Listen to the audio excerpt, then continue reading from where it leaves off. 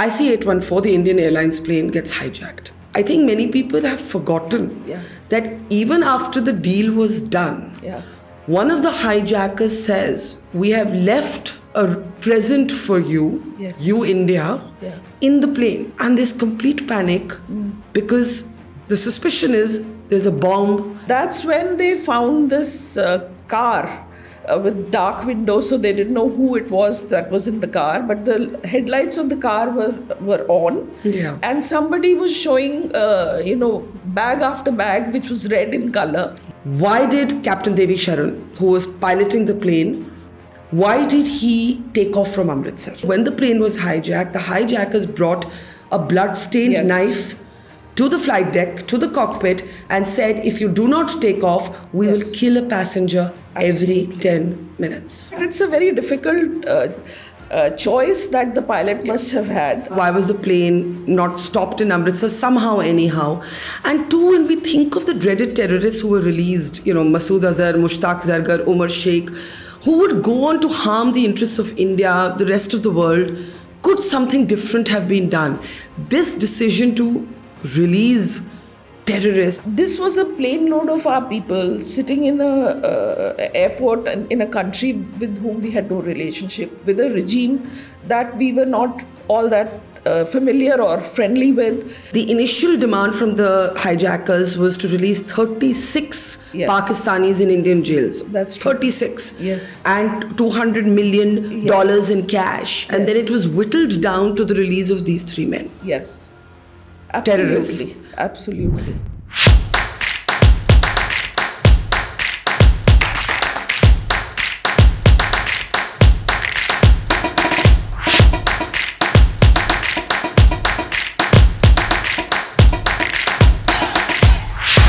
In your book, An Indian Woman in Islamabad, you quote a Pakistani diplomat who says, "Things between India and Pakistan can be good, they can be bad, but they can never be normal."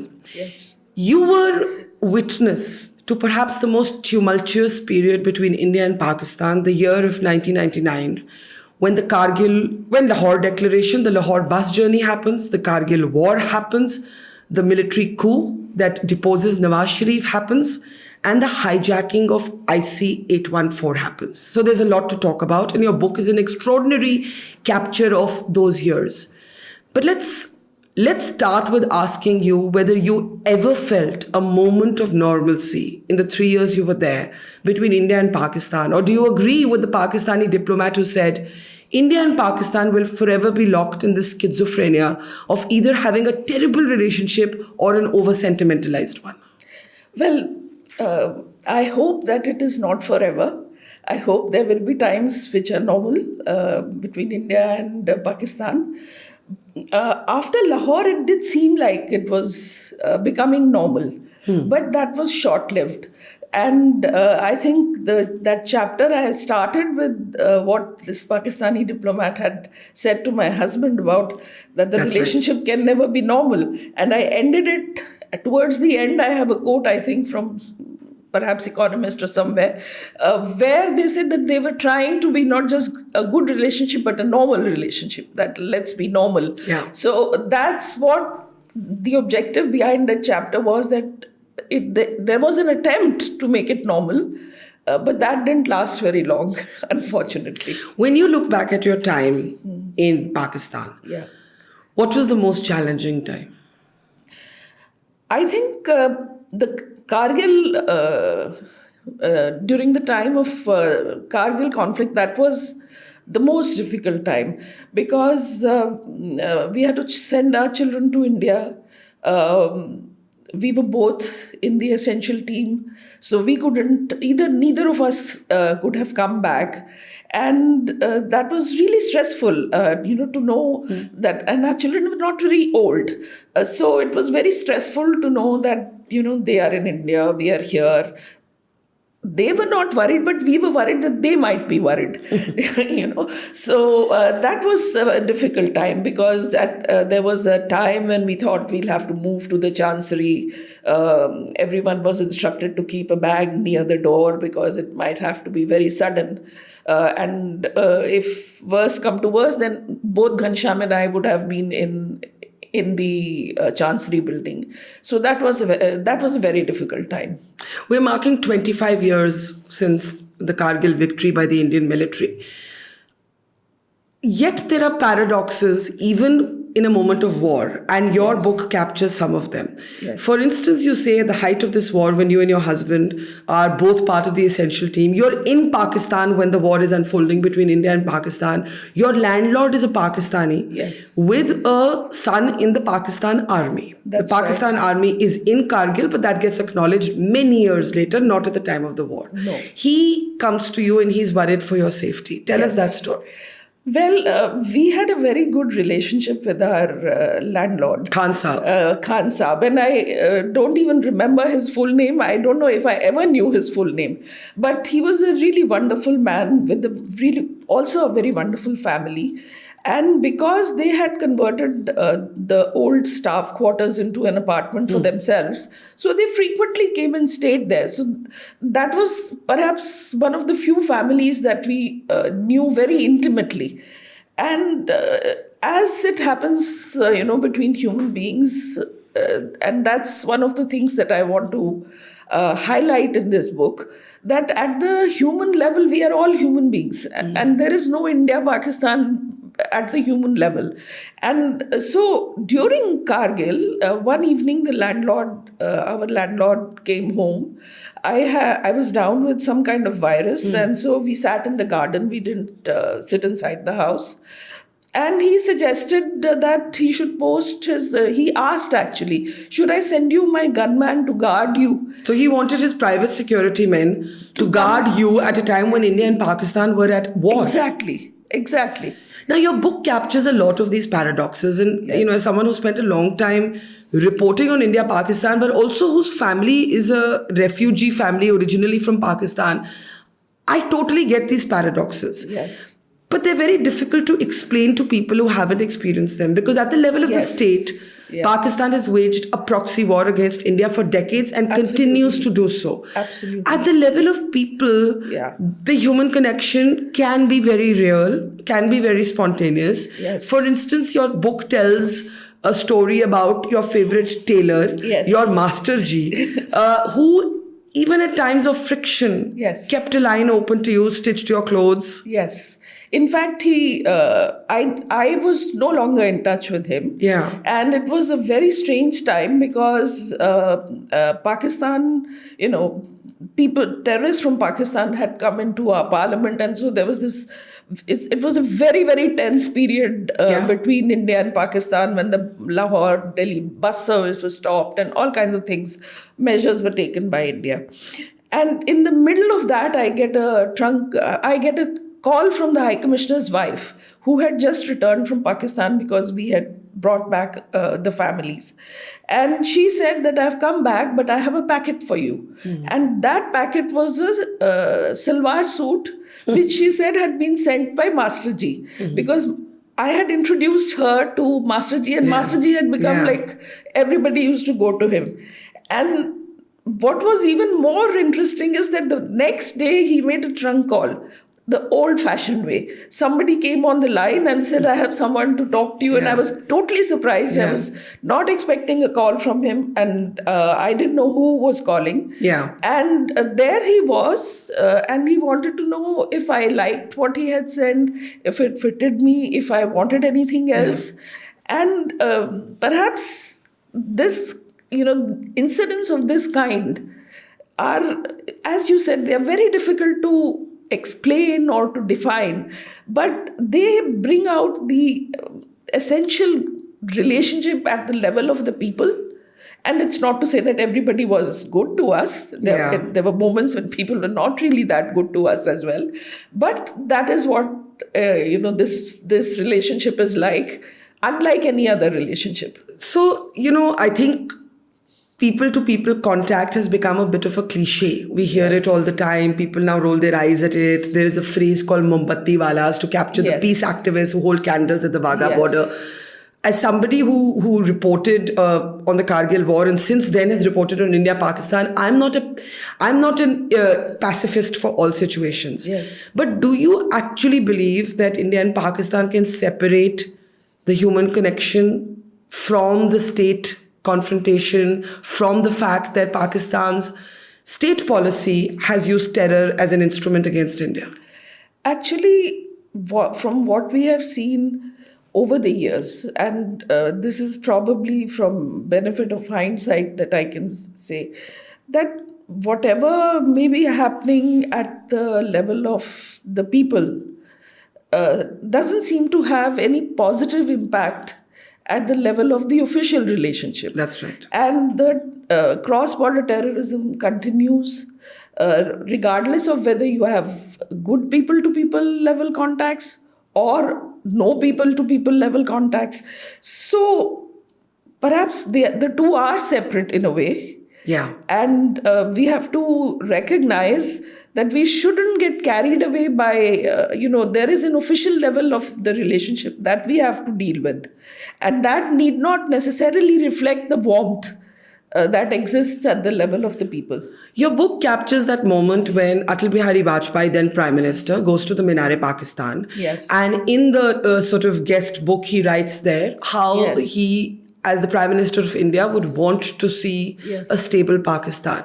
And you very rightly say that for a party that ideologically stood for an Akhand Bharat, Yes. this was a big moment. Former Army Chief General Malik, he has written elsewhere that these peace initiatives between India and Pakistan, the military was not really consulted on them. And looking back, questions are asked even till today. Was the Lahore Declaration, was that bus ride that Vajpayee took to Lahore a mistake? Kargil came, 5 weeks later? The planning of Kargil was 5 weeks later. Today, as you look back, Yes. do you believe the Lahore bus was a mistake? I don't think so. Why? Because, as I said, there is at one level a relationship that is very difficult. But that's not the entirety of Pakistan. There is a very large segment which may not be able to influence the decisions or the policies of the government of Pakistan today. Yeah. But there is a very large segment that may not necessarily be flowing along the same current. So it is important that from time to time, India has made its desire for good relations with Pakistan, for stability and peace in Pakistan. That has been made obvious. So from that perspective, and I don't think that we'll see something happening today or tomorrow, maybe not even in my lifetime. But things like this, I think they have to be seen in a very, very long term perspective. So you support the continuous attempt to reach somewhere? I support the attempt to reach somewhere, but it doesn't have to be continuous. I think from time to time we have to make Like right obvious. now, Yes. there is a kind of, I would say deep freeze. Yes. But Prime Minister Modi Yeah. also tried. He Also invited, tried. the SARC leaders to his Yes. first swearing in. He dropped by, unannounced to meet Nawaz Sharif Yes. on his birthday. Yes. These attempts have been made. Absolutely. And then we have had Pulwama, Uri, Yes. Balakot, and now a kind of period of, I won't say non-engagement, but for all effective purposes, non-engagement. Is this a healthier way? Some have actually said that India has reached a point where not just is the relationship dehyphenated, so this India-Pakistan nomenclature in the global discourse has gone, but that India should spend less energy on Pakistan than it has traditionally. What do you say? I think the reason we can have the policy that we have today and not have to explain it is because attempts like those made by Prime Minister Vajpayee and Prime Minister Modi are there in our past. If we didn't have them, then current policy would be questioned much, much more. And people would, it would be harder for us to explain why we are That's doing what interesting we that are you're doing. saying that we look like the country that tried everything. Yes. and then decided, okay, no more. Okay, at least for now, okay, no more. If tomorrow they change their mind and they stop following a policy of cross-border terrorism for whatever reason, because ultimately it's also in Pakistan's interest not to follow that kind of a policy or that kind of an approach towards India. So things can change. But for now, that seems to be the obvious. So in this eventful year of 1999, when you are posted as a diplomat in Islamabad, IC-814, the Indian Airlines plane, gets hijacked. And that chapter in the book has been written by your husband. That's right. Who was actually sent by the High Commission to be in Kandahar as the negotiations were happening to get the passengers released. Now, it's a riveting chapter, not least because I think many people have forgotten that even after the deal was done, one of the hijackers says, we have left a present for you, you India, in the plane. This is when the terrorists have been released, the passengers have been released, the deal is over, it's all winding down, and there's complete panic because the suspicion is there's a bomb that's been left behind in the plane that still has to fly back to India. And then comes the sort of crazy attempt to find this red bag. Tell us that story. Well, that's a story that would be best told by your husband, but he's not here. But he's not here, he's in Bangalore. But the thing is that there was this message which somehow reached Mr. Ajit Doval and also the team, that there is a special present for India, which is going to be made known at night, at midnight. So all of these people were asked to stay away from the plane. But one of the pilots was, refusing to leave. He was trying out because the next day they would have to fly it. But so when they went in search of that pilot, that's when they found this car with dark windows, so they didn't know who it was that was in the car, but the headlights of the car were on, and somebody was showing bag after bag which was red in color to this bag. And before leaving, Ghanshyam made an attempt to get hold of that bag, asked about it, but of course nobody or nothing was forthcoming, and eventually he left. And that bag was never found? No. Though there was some talk that somebody had found a bag with 5 grenades in it. Well, there was some talk that a bag was found. We don't know what was in that bag. The bag was eventually found and taken away. But we don't know what was in that bag, and we never got hold of that bag. Now two questions have always been asked about IC-814, and one of them is asked in your book. Why did Captain Devi Sharan, who was piloting the plane, why did he take off from Amritsar? Why did he just not stay put at Amritsar? Equally, the question has been asked, why did the authorities here not do anything to just block the plane from taking off? And your book has his account, the pilot's account, which he's sharing with one of the officials in the government contingent. And he says that when the plane was hijacked, the hijackers brought a blood-stained knife to the flight deck, to the cockpit, and said, if you do not take off, we will kill a passenger every 10 minutes. Absolutely. So, in fact, it's a very difficult choice that the pilot must have had. And those of us who were not in his position perhaps cannot judge the correctness or whether there was any other option available to him at that point. Suffice it to say that didn't happen. I think that's where we'll have to leave it, because only he could have said, and only he knows what kind of pressures that he was in at that point of time. But we saw an extraordinary moment, and I'll tell you on a lighter side a story about myself. I was a young reporter then. I had just finished covering the Kargil War, and this was kind of my beat. And we had got to know that Jaswant Singh was going to, go to Kandahar, and these 3 terrorists, including Masood Azhar, were going to be released in exchange for the safety of these passengers. Now, they were taking off from the technical airport in Delhi, and there was no way, there was very tight security. There was no way to get inside. The media was all outside.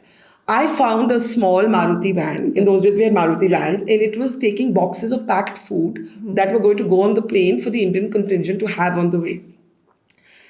And I hid in that van, at the back of that van, hid among the boxes of sandwiches, managed to reach the tarmac. Was actually getting ready to climb up the steps when Mr. Jaswant Singh found me there and said, Barkha, what are you doing here? Yes, I know you want to come, but you cannot go back. And by that time, the rest of the media had started fighting outside. How did she get in? How did she get in? And of course, I was sent packing back. So it's a story I always hold dear. But on a more serious note. Now, that's on a lighter note, that story. But on a more serious note, the questions persist. And the questions are, why was the plane not stopped in Amritsar somehow, anyhow? And two, when we think of the dreaded terrorists who were released, Masood Azhar, Mushtaq Zargar, Umar Sheikh, who would go on to harm the interests of India, the rest of the world, could something different have been done? This decision to release terrorists, I know the government did not have an easy choice. I know it was the Hobson's choice. But when you look back at it, could something different have been done? I don't know if anything different could have been done, though, like every other Indian, I would also be hoping and wishing that, we didn't have to do it, because the challenges that have been faced by us as a result of this have been quite enormous.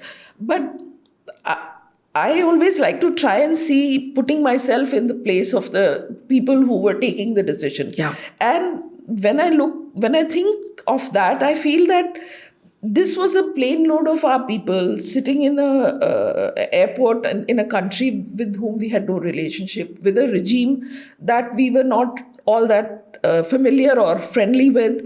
And the number of demands which they received to start with, compared to that this was a massively scaled down version of. And it is possible that they felt through the negotiations that there was no way to go any further, to get any further. That's an important point, because, when I read the book, either I didn't know this or I had forgotten it. The initial demand from the hijackers was to release 36 Pakistanis in Indian jails. That's true. 36. Yes. And $200 million in cash. And then it was whittled down to the release of these three men. Yes. Absolutely. Terrorists. Absolutely. And you're right that India did not have a relationship with the Taliban at that time. The book very rivetingly describes, sitting in the air traffic control tower of Kandahar. Your husband is there. Yes. Then the Indian delegation arrives, Ajit Doval, Vivek Karjo among them. These negotiations happen. Yes. And eventually what happens. Do you think that this story could have ended in an alternative way? For example, we have countries like America that statedly say we don't negotiate with terrorists. Yeah. But they do manage to get high-profile prisoner swaps. Yes. So do you think this is just a slogan? We don't negotiate with terrorists? I really don't know if this is just a slogan or if there are things that happen behind the scene that we are not privy to. But in this case, I mean, I think it's very difficult for us to feel the pressures that they were in. I know that when Ghanshyam first went and they threatened to kill passengers, he was alone at that time, but he didn't take it lightly. Yeah. It wasn't like this is just something you shrug off. And he actually And one passenger was killed. Yes. So he was actually worried that that they just might start doing it. Yeah. So they had killed a passenger. There was, there was surely some uncertainty about whether they would or they wouldn't repeat that. So it's even with hindsight, I wish that there was a different outcome, but I don't know if they could have managed a different outcome. Let's talk about Dawood Ibrahim. You talk about arriving in Pakistan, going to Karachi for the first time, discovering that Karachi doesn't have Karachi halwa. This is something that Indians, this is a meetha that Indians refer to. Yes. But also going through the Clifton area where everybody routinely says, wo dekho Dawood ka ghar. Yes. For decades now, India has believed that Dawood Ibrahim sought refuge in Pakistan. Yeah. Why do you think that we were never able to okay, we were obviously never going to be able to expatriate him, but we were never able to, in a sense, nail that in the public domain, place it before the world to see. We've given many dossiers, but why is Dawood Ibrahim so important to Pakistan? Like, why have they invested so much energy in protecting Dawood Ibrahim? That's a very good question, and I don't know if I have actually got an answer for you. But the fact is that they have never acknowledged his presence. Yeah. The fact Not even in back, like when you all meet. No. And unless you were in Karachi, nobody ever really talked about him. Yeah. And in private conversations, I don't know whether people in Islamabad, for instance, were very conscious. I mean, they may have been aware. But like Javed Miadad is related by marriage to Dawood Ibrahim. So he's not a ghost. He exists. That was, of course, much later. But at that time also, there was some Lahore-based actress. There were some newspaper reports about that. But in Islamabad, he wasn't a subject matter of conversation, and people weren't really... maybe because more people from Lahore rather than from Karachi, but even people from Karachi that I knew didn't really talk about him. I think the world believes what it wants to believe. So whether somebody, whether it is India not being able to nail it, or whether it's the decision, I mean, it's not important enough for others to believe it. That's a question that I think I would just leave. Like, did you ever hear like crazy stories about Dawood Ibrahim, or would no one talk about him at all? No, there was never any mention of him. At all? Like there was, like he was not a dining table sort of subject of conversation? Not at all.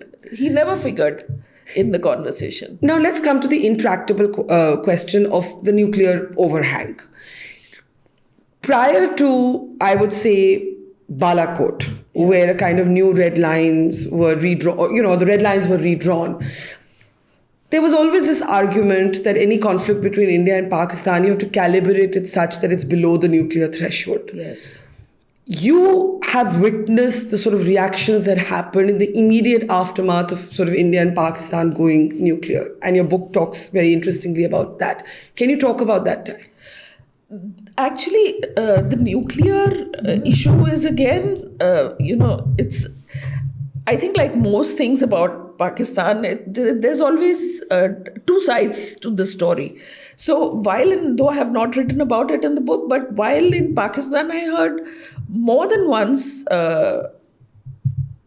people of consequence actually, at least two occasions that I can remember, though I don't want to take the names of the people because they're both alive, they spoke about the fact that using the nuclear weapon was not Islamic, or this was a deterrence.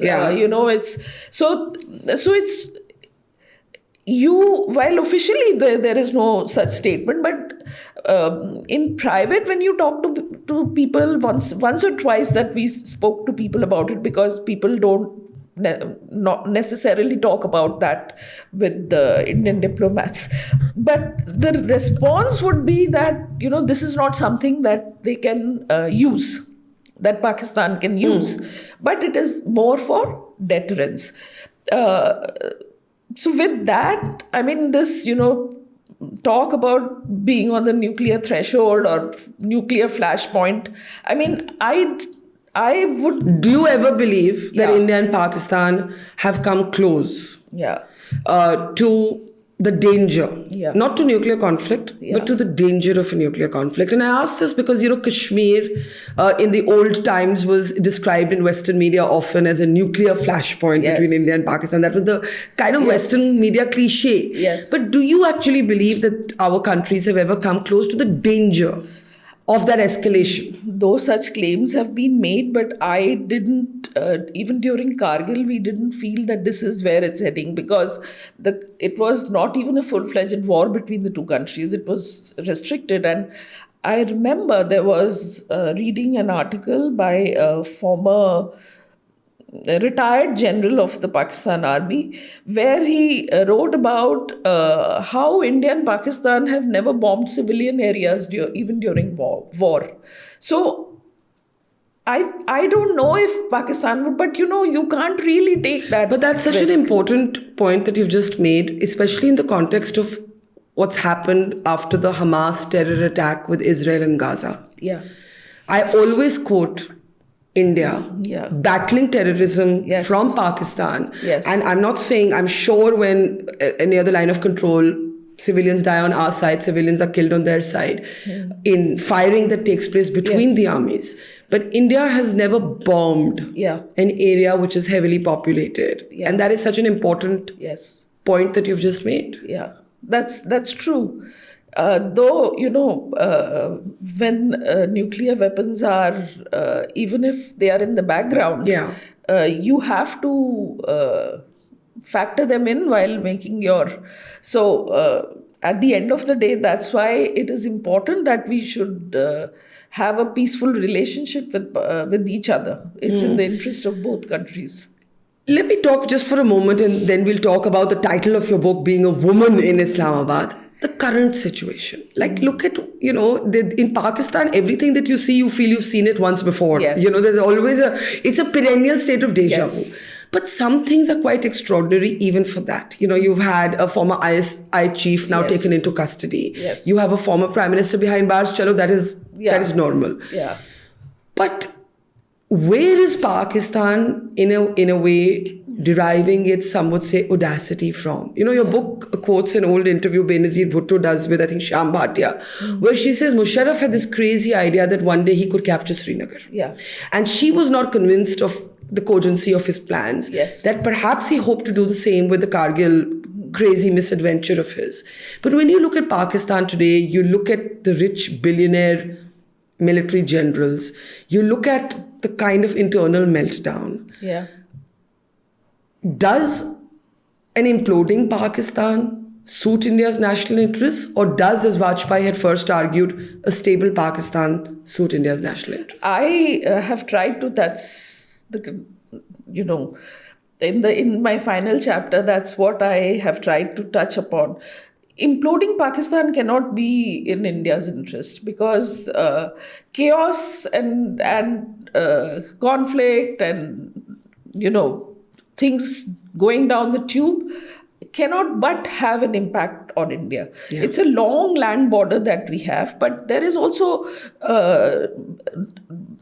all kinds of relationship between people. People are married from here into families in Pakistan and vice versa. So it is not in India's interest for Pakistan to implode. And what I felt while being in Pakistan was that things may look bad, but still they seem to move on. I mean, it seems to be that they are on the verge of, really getting into trouble, but somehow they manage to keep going. Yeah, keep going. And that's, What is the one thing that you learned in Pakistan that changed your assumption about Pakistan before you got there? The one thing which I think I have learned from staying there is not to take things at face value. So if you were to talk about India-Pakistan relations and you look at how they have progressed and what is the official status of ties between the two countries, you will make a misjudgment. Because when you live there, you realize how warm people can be towards you. Of course, there'll be people who come and give you a long lecture about, things which India is doing which are wrong, or human rights violations, things like that people will come and talk to you about. But at the personal level, even strangers can really surprise you with their warmth and kindness. And I think that's what I have learned from there, that you have to actually try and dig deeper. And you have this warmth coexisting with dangers of radicalization, Yes. people killed in the name of blasphemy. Yeah. Politicians, I think you talk at one point about Mushahid Hussain dropping by at the Lashkar-e-Taiba Absolutely. headquarters, the complete Yeah. sort of mainstreaming of, jihadist violence, as it Yes. were. This dichotomy of Pakistan, if you were to explain it to somebody, I mean, it's perplexing, even to those of Yes. us who followed it for many years. Yeah. How would you explain it? It is actually very difficult to explain because you can see two sides of the picture in Pakistan for almost everything. But to me, it seems that this is a lot to do with the Pakistan Army's desire, for want of a better word, to control and remain in power, either directly or indirectly, and to continue the system which actually benefits people in the army. And in fact, I remember people talking about it in private and asking, why does Pakistan need such a strong army? Yeah. Where do we have the challenges that we need such a strong army? And I think that is one of the factors. There may be more, but that, at least to me, that seemed to be the major factor. Let me end with the title of your book, An Indian Woman in Islamabad. Yes. And I know, as we were talking earlier, that people have said, why didn't you just say an Indian diplomat in Islamabad? Yes. I'm sure there was a gendered experience Yes. at being, Yes. right, being female in Islamabad in some of the toughest, most dramatic years of conflict and tension between India and Pakistan. Yeah. So talk about that. Well, it is, that's a question which people have asked me, why I call it an Indian woman rather than an Indian diplomat. And my answer is always that it is a story that has been told from a woman's perspective. And one has to, I mean, even a common thing like, if we had to go to the Chancery building during Kargil, there were lots of other male staff, the security and gardeners and other people who were staying there. So there were showers, there were bathrooms. The toilets were not a problem. We had toilets for officers and for visitors, so there would have been no shortage. But I, being a woman, I had to think, okay, where will I take a shower when I have to shower? Yeah. Because those are common showers where all the other men are going. So one does have to think about being, as a woman, what your life is going to be like. When our children went to Delhi during Kargil, obviously I could not be with them because I was working. Yeah. And so it's definitely a woman's story. I think at one point you say that as a working woman, you also had to, you were also bothered with calls about pani khatam ho gaya hai, the water is, but Yes. these are the realities. It's a reality. When you work, if you have a, time-bound deadline or something, I mean, your child may be having high fever, but you have to deliver on the deadline. You have to find a way to do that. And that's not just my story. That's the story of every working woman, that there are challenges of managing a career and its demands, along with the challenges of running a home. But also, I have tried to bring about the issues that women in Pakistan face. And therefore, I think it should have been called.